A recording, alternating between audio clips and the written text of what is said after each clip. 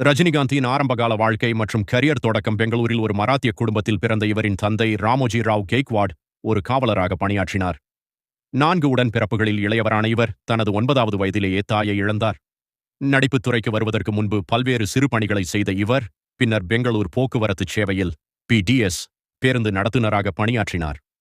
அக்காலகட்டத்தில் நாடகம் மற்றும் நடிப்பின் மீது ஆர்வம் கொண்ட இவர் 1973இல் சென்னை திரைப்படக் கல்லூரியில் மட்ராஸ் ஃபில்ம் இன்ஸ்டிடியூட் சேர்ந்தார். இயக்குனர் கே. பாலச்சந்தரின் அபூர்வ ராகங்கள் 1975 என்ற தமிழ் திரைப்படத்தின் மூலம் இவர் நடிகராக அறிமுகமானார். ஆரம்ப காலகட்டத்தில் பெரும்பாலும் வில்லன் மற்றும் எதிர்மறையான குணாதிசயங்கள் கொண்ட கதாபாத்திரங்களிலேயே நடித்த இவர் சிகரெட்டை காற்றில் தூக்கி போட்டு பிடிப்பது போன்ற தனது தனித்துவமான பாணியால் விரைவிலேயே அனைவரின் கவனத்தையும் ஈர்த்தார்.